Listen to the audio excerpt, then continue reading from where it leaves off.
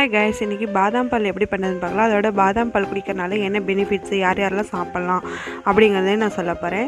இப்போ பார்த்திங்கன்னா diabetics patient tea coffee அப்போல்லாம் குடிக்கக்கூடாது அப்படின்னு சொல்லுவாங்க இல்லையா. அவங்க கண்டிப்பாக இந்த பாதாம் பால் ட்ரை பண்ணலாம்.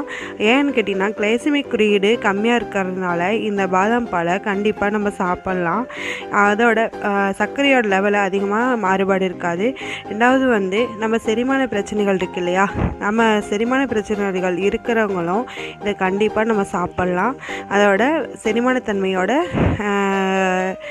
அதிகமாக இருக்கும், செரிமானத்தன்மை அதிகமாக இருக்கும். அப்புறம் பார்த்திங்கன்னா டயட்டில் இருக்கீங்க இல்லையா, அவங்களும் கண்டிப்பாக குடிக்கலாம். ஏன்னு கேட்டிங்கன்னா கொழுப்பு அதாவது பாதாம் பாலில் கொழுப்பு கம்மியாக இருக்குது. ரெண்டாவது கொலஸ்ட்ரால் அளவு 0% தான் இருக்குது. அதனால் நம்ம கண்டிப்பாக பாதாம் பால் எடுத்துக்கலாம். நீங்களும் ட்ரை பண்ணி பாருங்கள். நெக்ஸ்ட் வீடியோவில் பார்க்கலாம். பாய்.